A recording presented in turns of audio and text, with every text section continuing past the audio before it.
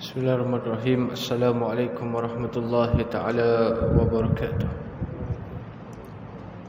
Alhamdulillahi rabbil alamin. Assalatu wassalamu ala ashrafil anbiya'i wal mursalin Sayyidina Muhammadin wa ala alihi wa sahbihi ajma'in. Subhanaka la ilma lana illa ma 'allamtana innaka antal alimul hakim. ولا حول ولا قوة إلا بالله العلي العظيم. رب اشرح لي صدري ويسر لي أمري واحلل عقدة من لساني يفقهوا قولي أما بعد.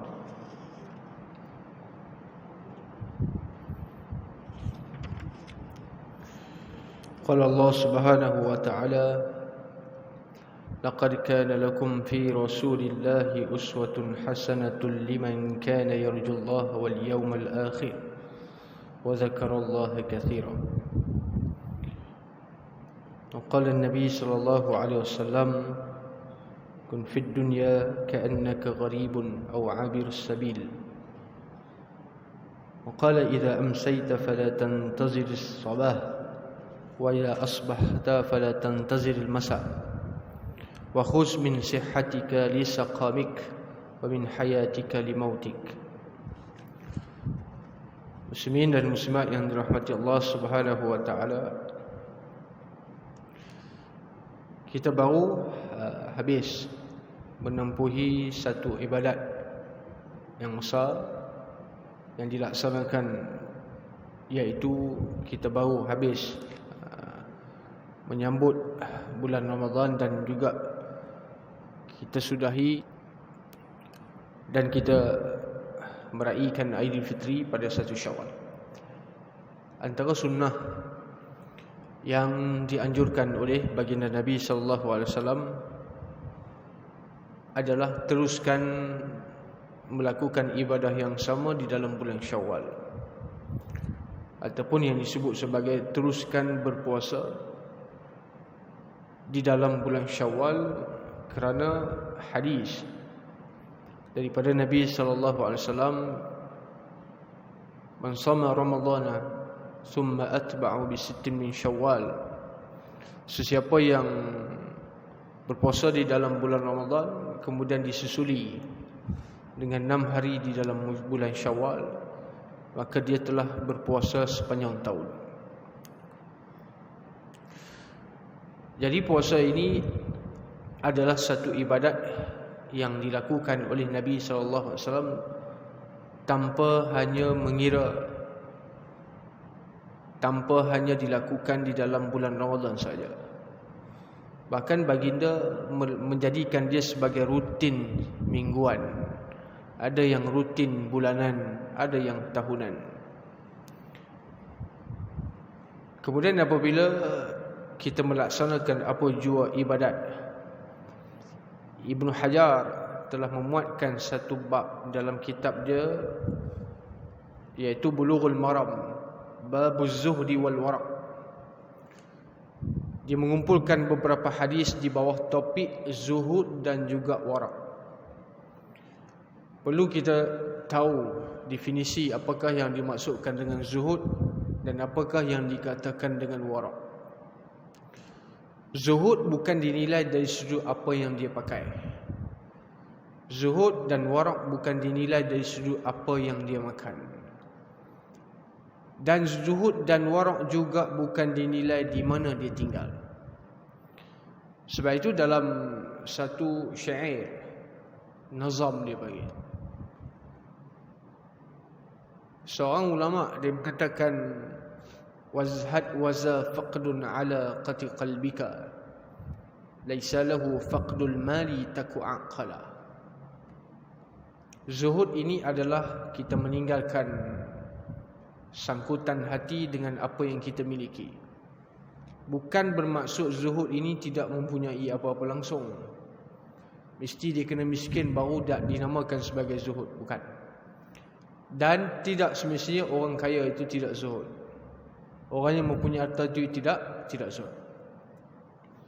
Dalam hadis Nabi SAW mengatakan, kun fid dunya ka'annaka gharibun aw 'abirus sabil. Hadis yang telah diriwayatkan daripada Ibnu Umar radhiyallahu taala anhu, qala akhadha Rasulullah sallallahu alaihi wasallam bimankibayya. Kata Ibnu Umar, Rasulullah telah pegang bahu saya. Lalu baginda bersabda, kun fid dunya, hiduplah dalam dunia ni ka'annaka gharibun, seolah-olah kamu ini gharib. Gharib ini bermaksud bukan pelik. Dia masalahnya orang kita ni, apabila dia terjemahan, ada yang terjemah gharib dengan makna pelik. Sebenarnya gharib di sini dengan maksud orang asing. Orang yang berdagang datang ke satu tempat, yang tempat tersebut orang tak kenal dia. Kita nak berniaga, kita pergi satu tempat, orang tak kenal kita. Maka kita ni dipanggil sebagai gharib, orang asing yang tidak dikenali. Jadi apa yang digambarkan oleh Nabi SAW, Nabi kata duduk dalam dunia seolah-olah macam tu lah tu. Seolah-olah kamu berdagang, pergi ke satu-satu tempat, dan kamu tidak berniat untuk tinggal di sana selama-lamanya. Kamu tidak berniat untuk menetap di sana sampai bila-bila. Kamu pergi atas urusan perniagaan saja. Kamu pergi atas urusan pekerjaan saja. Bukan niat kamu nak mati di sana. Itu maksud gharib. Baginda mengatakan duduk dalam dunia ni seolah-olah kamu seperti itu. Aw abirus sabil, ataupun kamu hanya sekadar melintas sahaja. Bila kita lalu di satu-satu kawasan, kita singgah saja, bukan duduk situ. Singgah di arena. Jadi perumpamaan Nabi dalam hadis ini, Nabi pesan kepada Ibnu Umar, kamu nak tinggal dalam dunia ni sampai bila? Adakah kamu menganggap kamu selama-lamanya duduk dalam dunia? Tak. Bukan begitu ke? Itu maksud Nabi. Tetapi kamu menjadikan dunia ini sekadar tempat singgah saja. Jadi hadis ini menunjukkan bahawasanya dunia tempat untuk kita singgah, bukan tempat yang kekal abadi. Dan dalam hadis lain baginda mengatakan, iza amsayta fala tantazir sabah. Bila kamu duduk pada waktu petang, jangan tunggu pagi esok. Wa iza asbahta fala tantazir masa. Bila kamu duduk petang, jangan tunggu pagi. Ini adalah satu ayat ataupun hadis ini dalam bentuk Nabi nak sampaikan kepada kita, jangan kamu tangguh dalam sesuatu perkara. Esoklah, pagi esok pun boleh buat. Dua pagi ni sebenarnya boleh selesai pada waktu pagi. Petanglah baru boleh buat juga. Sebab apa? Di belakang Nabi kata, wa khuz min sihhatika li saqamik. Jadikan sihat kamu itu sebagai satu peluang. Kita boleh jamin ke waktu petang itu kita hidup lagi? Kita boleh jamin ataupun esok kita masih lagi sihat? Tak ada seorang pun boleh beri jaminan terhadap diri dia sendiri, bahkan terhadap orang lain, yang dia tidak akan sakit, yang dia tidak akan hidup, dia tidak akan mati pada keesokan hari. Baginda mengatakan, wa min hayatika limautika, dan jadikan kehidupan hidup kamu itu sebagai peluang sebelum kamu mati. Jadi hadis ini kenapa diletakkan di dalam bab warak? Kerana orang yang warak ataupun yang zuhud ini tidak mensia-siakan satu detik pun, dan mereka tidak menangguhkan sesuatu pekerjaan. Mereka tidak menangguhkan sesuatu amalan. Memang boleh buat, nantilah saya taubat balik. Sedangkan dalam ayat Allah Subhanahu wa taala sebut dalam dua ayat yang berbeza.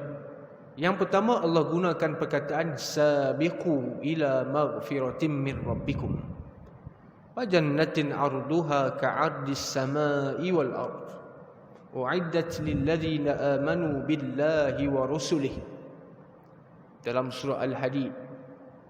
Dan yang kedua dalam surah Ali Imran. Yang ini saya selalu ulang, wasari'u ila maghfiratin min rabbikum wa jannatin 'arduha as-samawati wal ardu 'iddat lil muttaqin. Kedua-dua ayat ini menggunakan perkataan yang berbeza. Yang pertama musabaqah, Yang kedua musara'ah. Yang kedua-duanya membawa maksud bersegeralah mendapat keampunan daripada Allah. Tak payah tunggu esok pun boleh. Nanti nak sembahyang, nak qada puasa Ramadan, nantilah. Minggu depan pun boleh, bulan depan pun boleh.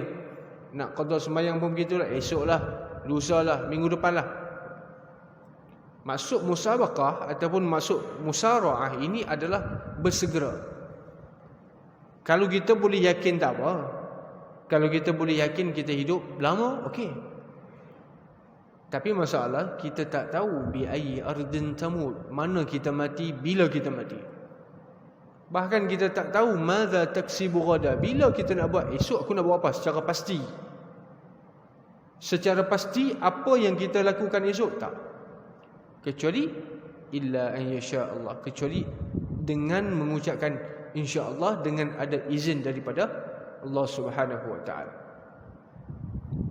Sebab itu kalau kita balik kepada perbahasan af'alul ibad, ini satu perbahasan penting dalam bab akidah.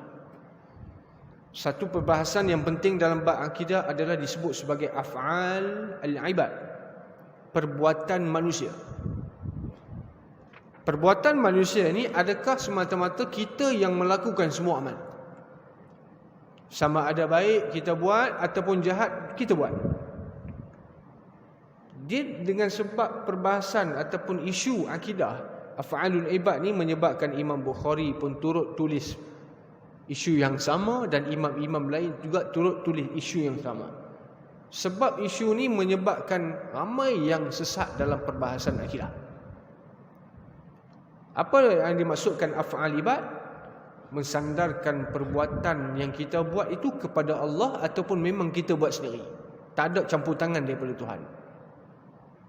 Contoh, kita berada di dalam masjid, kita menunaikan salat fardu maghrib. Adakah dengan sebab kita sendiri ataupun keizinan daripada Allah Subhanahu wa taala? Izin daripada Allah kita datang masjid dan Tuhan yang aturkan semua, ataupun tak ada campur tangan daripada Tuhan, memang kita datang sendiri. Yang ini telah menjadi perbincangan hebat di kalangan para ulama dulu, menyebabkan ada yang salah faham. Ada yang salah faham sehingga menisbahkan kesemua perbuatan itu hanyalah daripada manusia, tidak ada campur tangan daripada Allah Subhanahu wa taala. Apa yang kita buat semua adalah perbuatan kita sendiri, Tuhan tak atur pun.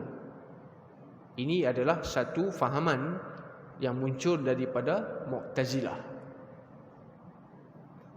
yang mana dikenali dengan nama lain mereka dipanggil sebagai Qadariyah. Mu'tazilah pun orang panggil, Qadariyah pun orang panggil. Dari sudut Qadariyah, mereka menafikan semua yang kita lakukan adalah daripada Allah. Sebab Mu'tazilah ni dia tergelincir daripada kefahaman yang betul. Dia nak jaga satu perkara, menyebabkan dia tergelincir dalam satu perkara yang lain. Kita nak jaga satu benda, menyebabkan kita terlupa satu benda yang lain, kita terjerumus ke dalam kesesatan. Contoh, Mu'tazilah ni dia faham gini. Dia tak nak nisbahkan perkara yang buruk kepada Allah. Sebagai contoh, kita melakukan maksiat, kita melakukan perkara yang berdosa. Pada hakikatnya perkara tersebut Allah juga atur. Mu'tazilah dia tak nak kata benda tu. Dia nak nafi perkara tersebut sehingga menyebabkan dia nafi ke semua perbuatan daripada Allah Subhanahu wa taala. Jadi baik dan buruk adalah daripada manusia itu sendiri, tak ada campur tangan Tuhan. Kerana Allah dah bagi kemampuan, kekuasaan kepada dia dan serah kepada dia, dia sendiri yang aturkan. Ini salah. Inilah dipanggil sebagai Qadariyah. Sebab bercanggah dengan apa yang disebut oleh Allah Subhanahu wa taala, wallahu khalaqakum wama ta'malun. Allah menciptakan kamu dan apa yang kamu buat. Ahli sunnah wal jamaah, satu fahaman yang mu'tadil, pertengahan, fahaman yang benar. Mereka mengatakan kesemua baik dan buruk adalah daripada Allah Subhanahu wa taala. Cuma dari sudut ta'adduban, beradab dengan Allah Subhanahu Wa Taala, kita tak menisbahkan, kita tidak menyandarkan perkataan ataupun perbuatan buruk itu kepada Allah. Sedangkan hakikat memang daripada Allah, tapi kita mengatakan yang buruk adalah daripada diri saya sendiri. Yang buruk adalah daripada diri kita sendiri. Yang baik adalah semua daripada Allah Subhanahu Wa Taala, dan semua yang tak elok kelemahan diri kita. Jadi ini adalah satu perbahasan yang bukan perkara yang baru, bukan perselisihan yang baru. Bahkan ratusan tahun dahulu muncul fahaman-fahaman begini. Jadi apabila kita melakukan sebarang ketaatan, apabila kita melakukan sebarang perkara-perkara yang baik, kita boleh datang masjid. Itu adalah kehendak dan takdir daripada Allah Subhanahu Wa Taala. Kalau Allah tak beri izin, kita tak boleh datang. Sebab itu satu poin yang Allah nak sampaikan dalam ayat yang lain, yang mana melalui lisan Nabi Isa AS. Nabi Isa ni hidup pada zaman yang banyak ataupun ramai orang pakar dalam ilmu perubatan. Ramai yang pakar, ramai orang-orang hebat dari sudut kedoktoran, sehingga apa jua penyakit boleh sembuh pada waktu itu. Jadi Allah Subhanahu Wa Taala berikan mukjizat. Seseorang rasul itu bersesuaian zaman dia. Allah berikan mukjizat kepada seseorang mana-mana rasul sesuai dengan keadaan dia. Kalau tidak jadi tak teli dia bagi. Sebagai contoh, Nabi Isa hidup dalam keadaan ramai yang pakar dalam bab perubatan. Tapi mukjizat yang Allah berikan kepada Nabi Isa ni mengatasi kepakaran zaman tu. Sebab itu baginda mengatakan dalam ayat melalui lisan Nabi Isa AS, wa ubri'ul akmaha wal abrasa wa uhyil mauta biiznillah. Saya boleh menyembuhkan orang yang buta sejak lahir. Yang mana doktor pada waktu itu pun tak boleh buat. Wal abras, saya boleh menyembuhkan orang yang ada penyakit sopak dan penyakit kusta. Zaman itu tak ada orang yang boleh sembuhkan. Dan yang lebih hebat lagi, wa uhyil mauta, saya boleh hidupkan orang mati. Yang pada waktu itu, pada waktu sekarang dan bila-bila orang tak boleh buat. Bukan waktu itu saja, sekarang dan sampai kiamat tidak ada orang yang boleh menghidupkan orang yang telah pun mati. Tapi apa yang diungkapkan oleh Nabi Isa pada akhir ayat tersebut, biiznillah, dengan izin daripada Allah Subhanahu Wa Taala. Jadi poin yang terbesar yang Nabi Isa nak bagi tahu adalah, aku bukan Tuhan. Walaupun aku boleh menghidupkan orang mati, aku bukan Tuhan. Macam mana saya boleh katakan begitu? Itu adalah poin yang sebenarnya yang nak disampaikan dalam ayat tu. Sebab perkataan biiznillah, walaupun saya boleh menghidupkan orang mati, tapi itu adalah izin daripada Allah. Bermaksud, saya bukan Tuhan. Kalau Allah tak izin, saya tak boleh hidupkan orang mati. Kalau Allah tak izin, saya tak boleh sembuhkan orang yang buta. Kalau Allah tak izin, saya tak boleh sembuhkan orang penyakit kusta. Jadi poin daripada perkataan biiznillah itu adalah nak menafikan uluhiyah, menafikan ketuhanan yang diagung-agungkan oleh orang pada waktu itu terhadap Nabi Isa AS, yang mereka menganggap Nabi Isa adalah Tuhan. Jadi Nabi Isa pun mengatakan biiznillah. Ini adalah satu perkara yang nak disampaikan, adalah sesuatu yang berlaku adalah terletak kepada izin dan kehendak Allah Subhanahu Wa Taala. Hatta kita nak semayang pun, kalau Tuhan tak izin, kita tak boleh datang masjid. Kalau tidak ada keizinan daripada Allah Subhanahu Wa Taala, kita tak mampu datang. Kalau tidak ada taufik, bantuan daripada Allah Subhanahu Wa Taala, kita tak boleh semayang walaupun kita sihat. Sebab itu sihat isu lain, ada taufik isu lain. Dua perkara yang berbeza. Tidak semestinya orang yang sihat itu dia boleh beribadat kepada Allah. Dan tidak semestinya orang yang sakit itu dia tak boleh beribadat kepada Allah. Kadang-kadang orang yang sakit itu lebih hebat lagi daripada orang sihat. Ini menunjukkan bahawasanya amal tidak dinilai melalui fizikal seseorang. Amal tidak dinilai oleh tahap kesihatan seseorang, umur seseorang. Kalau dinilai dari sudut umur, sudah tentu masjid dipenuhi oleh orang-orang muda. Tapi mana-mana masjid pun sama ya. Masjid hanya dipenuhi oleh orang-orang, bukan orang tua, orang lama. Dipenuhi oleh orang-orang lama, yang lebih senior, yang veteran. Kalau ikut dari sudut umur, sepatutnya bukan duduk di masjid, duduk rehat di rumah, baca surat khabar ke, tengok TV ke apa ke, melayan cucu ke apa ke. Itu tempat dia. Sebab itu tidak boleh kita nilai dari sudut apa? Kesihatan, umur, pangkat dan sebagainya. Tetapi kesemua itu adalah dinilai dari sudut tahap takwa seseorang kepada Allah Subhanahu Wa Taala. Itu yang menyebabkan keinginan dia. Sebab itu saya sebut yang berulang kali sebelum-sebelum ni adalah kita jadikan suatu perkara yang sunat itu sebagai motivasi untuk perkara diri kita buat kebaikan. Kalau kita masih anggap sunat saja sampai bila pun takkan boleh buat. Sebab itu nanti kita akan bahas tentang bab nazar. Nanti saya akan ceritakan tentang bab nazar pada sesi yang lain. Bagaimana kedudukan nazar dalam Islam dan apakah kepentingan nazar dalam Islam. Dan begitu juga sumpah. Apa kedudukan sumpah dalam Islam? Sumpah ni dipanggil sebagai yamin ataupun aiman.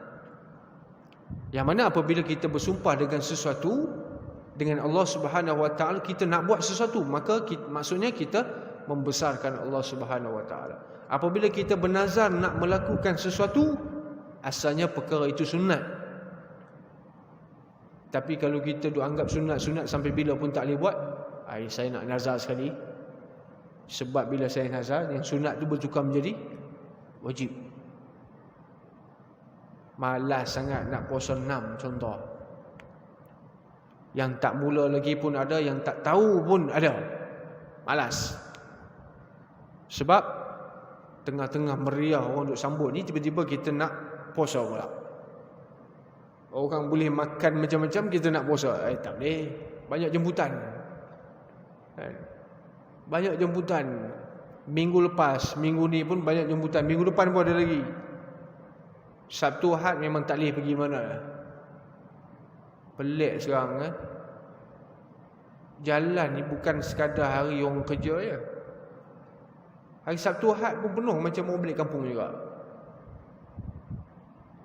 Jadi takkan ada motivasi untuk kita buat. Jadi itu kedudukan nazar apa dia? Contoh, seseorang yang bernazar, dia kata, saya nak berpuasa 6 dalam bulan Syawal. Wallahi, saya bernazar nak puasa 6. Start hari apa, sekian-sekian, dia sebut dalam lafaz nazar. Maka yang puasa 6 sunat tadi bertukar menjadi apa? Jadi wajib. Baru dia ada motivasi, ada kesedaran, oh saya kena puasa. Kalau tak berdosa saya sebab langgar nazar. Kalau tak berdosa saya kena bayar kafarah. Kerana melanggar aku janji dengan Allah. Kerana nazar itu dipanggil sebagai lafaz aku janji.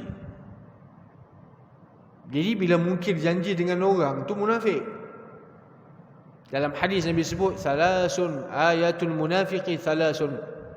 Idza hadasa kadzaba, wa idza u'tumina khan, wa idza wa'ada akhlafa." Dalam riwayat yang lain, wa idza qasama ghadara. Salah satu daripada 4 tersebut adalah idza wa'ada akhlafa. Bila janji bukan main lagi. Janji Melayu. Janji bukan main lagi. Okey, pukul 9 lah, 11 baru sampai. Ini biasalah, dah jadi adat. Tak boleh nak ubah. Datang juga daripada tak datang langsung, kan? Itu tanda orang yang munafik, yang ada pada semua orang lah, kita sebut senang. Bukan ada pada orang tertentu. Munafik amalan ni ada pada semua orang. Siapa yang tak pernah bohong sejak pada kecil? Tak ada. Kecil-kecil dah pandai bohong. Yalah bohong. Tipu nak pergi sekolah. Tipu nak beli buku. Rupanya beli benda lain. Biasa. Tapi apabila mungkir janji dengan Allah Subhanahu Wa Taala, hukum dia bukan sekadar munafik, dia berdosa dan kena bayar denda. Disebut sebagai kafarah an-nazar. Jadi penting juga untuk kita jadikan sebagai satu motivasi. Cuma perlu kita ingat, nazar itu bukan perkara yang harus. Nazar ini mesti asal perkara itu sebelum kita nazar dia sunat. Sebelum kita nazar dia sunat. Lepas kita nazar dia jadi wajib. Kalau sebelum dia nazar dia bukan sunat, maka tak boleh nazar. Aku nazar nak solat maghrib, tak boleh. Kamu tak nazar pun dia tak wajib. Aku bernazar nak makan, tak nazar pun kena makan juga. Ada seorang yang telefon saya. Dia kata dia pernah bernazar. Dia pernah bernazar kalau dia dapat satu projek. Dia ada orang bagi perempuan. Dia kata dia ada projek lah, projek besar. Dia nazar dia kalau dia dapat projek tu dia nak mendaki Gunung Kinabalu. Nak daki. Dia ni memang jenis suka hiking lah. Dia nak mendaki Gunung Kinabalu. Dan dia dapat projek tu. Kemudian dia telefon. Dia kata, adakah saya kena tunaikan nazar? Saya kata, itu bukan nazar. Itu bukan nazar. Nazar itu tak valid, tak sah. Kerana panjat Gunung Kinabalu itu bukan sunat. Itu benda harus. Lainlah kalau nazar nak puasa. Lainlah kalau dia nazar nak sembahyang sunat, nak sembahyang rawatib. Ataupun lainlah dia nazar nak pergi menunaikan umrah. Ataupun dia nazar nak bersedekah dan sebagainya. Okey. Tapi kalau nazar benda yang pelik-pelik ni, tak perlu ditunaikan. Dan tak valid pun nazar tersebut.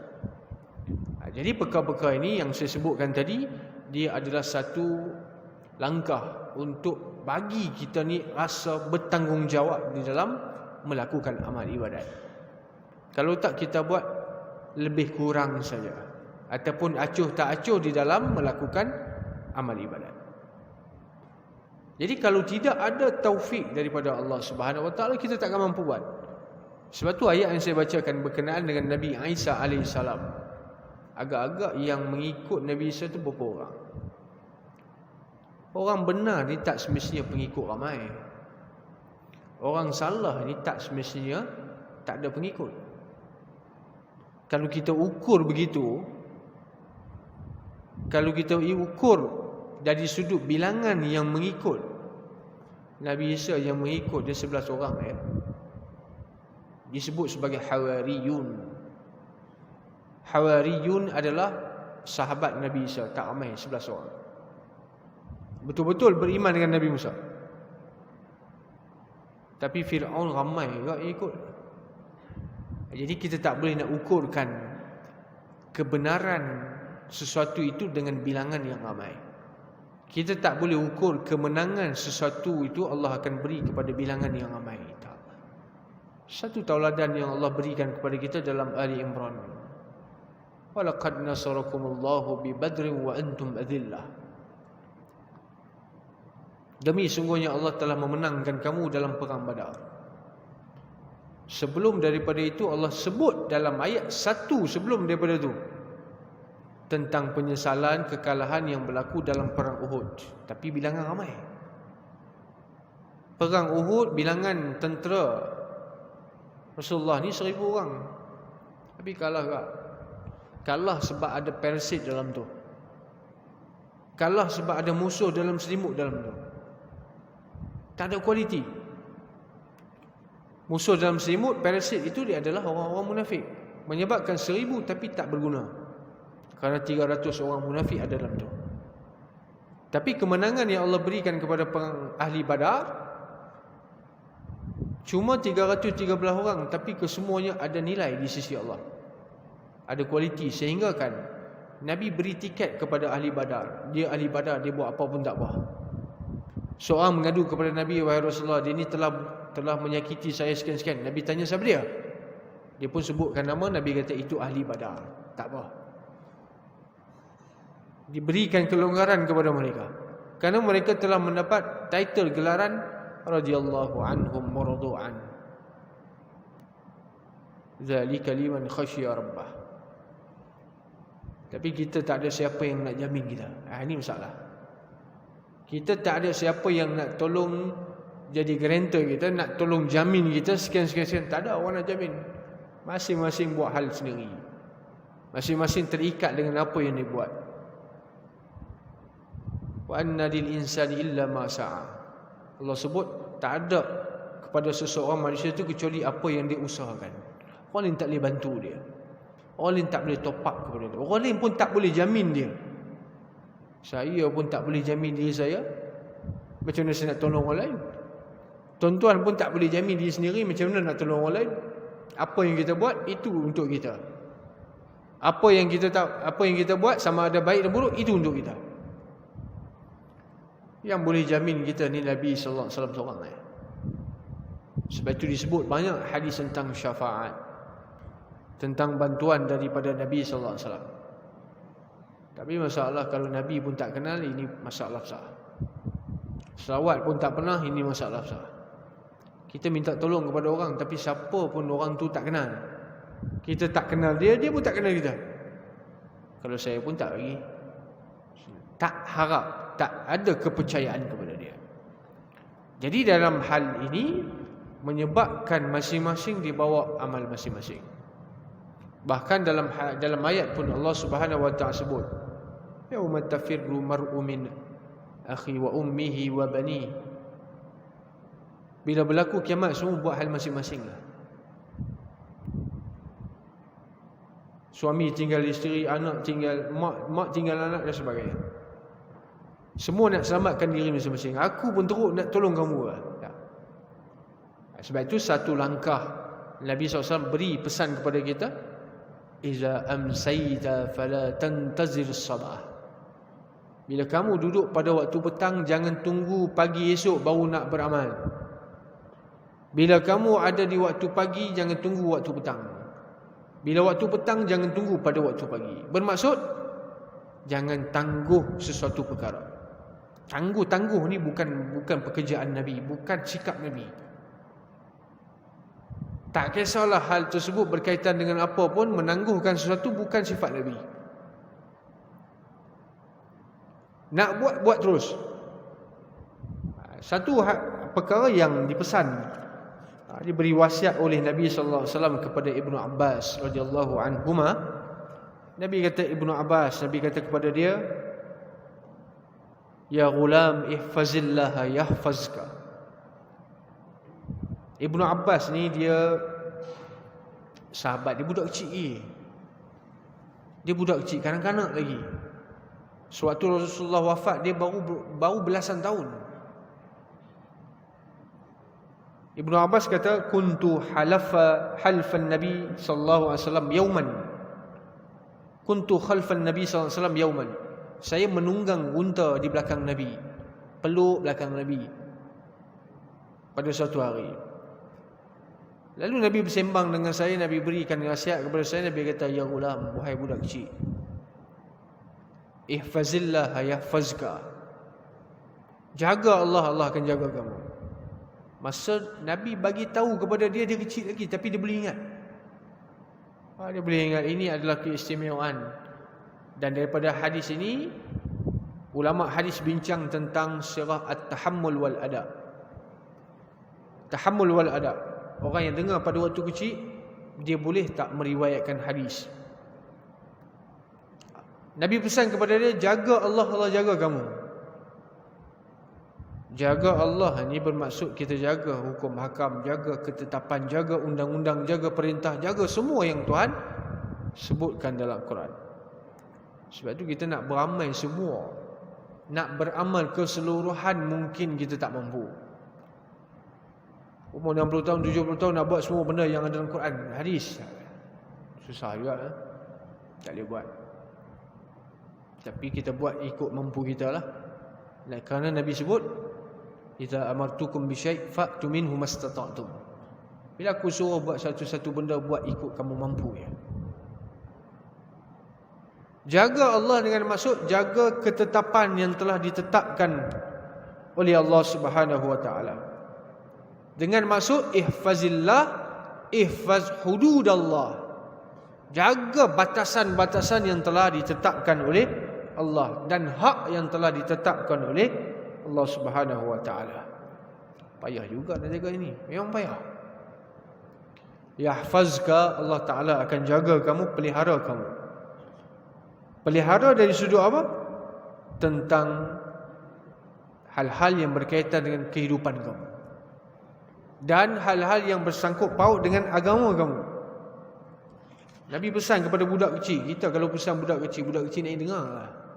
Sekarang ni kalau kita nasihat budak-budak kan jawab lah. Ini beza budak kecil zaman dulu, budak kecil zaman sekarang. Sekarang kalau pesan kepada budak, jangan lari-lari dalam masjid. Main elok-elok. Jangan bising. Contoh kalau budak datang masjid, kita pesan elok-elok.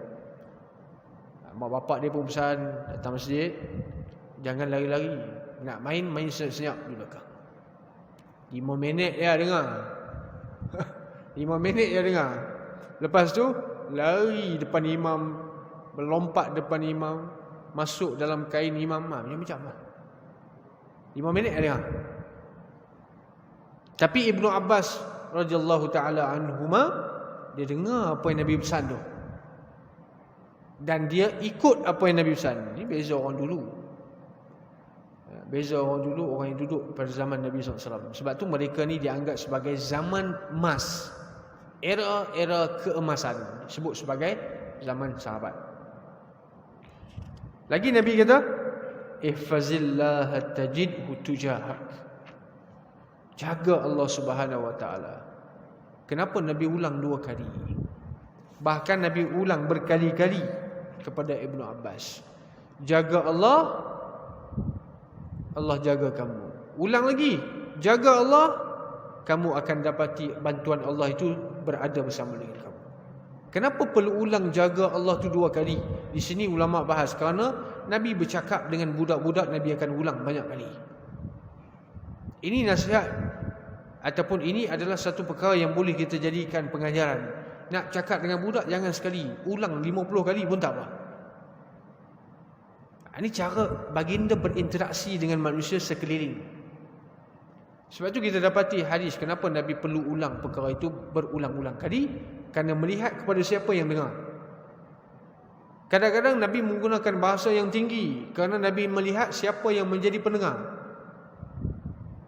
Kadang Nabi guna bahasa yang paling santai kerana baginda bersembang dengan budak-budak.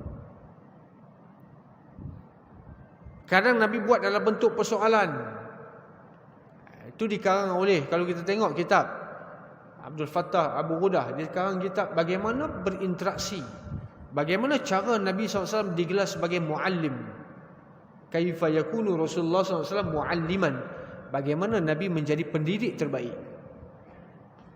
Dan bagaimana Nabi SAW menjadi seorang murabbi yang berjaya mentadbir, mengatur, mendidik manusia dengan baik. Kerana ada skill dia tu. Dia ada kunci dia. Nak cakap dengan orang, kita tengok penerimaan orang. Contoh, saya cakap dengan pelajar universiti, tapi takkan saya nak guna bahasa sekolah rendah. Kalau saya cakap dengan orang akademik, takkan saya nak guna cakap bahasa yang biasa. Itu adalah interaksi, cara penyampaian Nabi SAW kepada para sahabat supaya penerimaan dia itu mudah. Contoh kalau orang educate semua, tiba ustaz yang datang mengajar tu cara ajar macam cara budak-budak, kita akan sangka apa? Ingat aku bodoh sangat ke? Cakap macam ni macam seolah-olah aku tak tahu apa. Jadi terlintas di fikiran kita. Baginda Nabi bukan begitu. Baginda bercakap sesuai. Sebab tu dalam hadis Nabi kata apa? Khatabun nas ala qadri uqulihim. Cakap dengan manusia ikut kadar IQ dia, kadar penerimaan dia. Itu baru orang boleh terima. Sebab itu kita pun nak pilih ustaz yang nak kuliah pun, kita tengok juga cara penyampaian dia. Cara penyampaian dia macam mana, tahap pengetahuan dia macam mana. Habis Ustaz. Nabi mengatakan, jaga Allah, kamu akan dapati Allah itu berada bersama dengan kamu. Tujahad dengan masuk amamak, di hadapan kamu. Bukan Tuhan duduk depan kita lah. Maksudnya bantuan Allah Subhanahu Wa Taala ada bersama kita. Ini sebab tu kelebihan orang yang jaga hukum hakam. Orang yang jaga ketetapan. Orang yang bertakwa kepada Allah Subhanahu Wa Taala, dia tak minta pun Allah tolong dia. Bahkan kalau dia tak minta pun ada je rezeki dia. Dia tak tengok, dia tak setara mana pun. Usaha dia, pekerjaan dia biasa-biasa saja. Tapi hidup macam orang lain juga. Nak kata senang kaya tu taklah, tapi hidup macam orang lain juga. Bahkan kehidupan dia lebih bahagia daripada orang lain. Ini satu benda yang kita kata subjektif. Kekayaan itu adalah perkara yang subjektif. Kebahagiaan itu juga perkara yang subjektif. Macam mana diertikan perkara tersebut? Baik, masa pun dah habis. Kita sambung insya-Allah pada siri yang akan datang. Wallahu subhanahu wa ta'ala alam. Bismillahirrahmanirrahim. Allahumma atina rahmatan min 'indika wa 'alimna min ladunka ilma. Rabbana atina fid dunya hasanah wa fil akhirati hasanah wa qina azabannar. Sallallahu alaihi wa sallam. Walhamdulillahi rabbil alamin.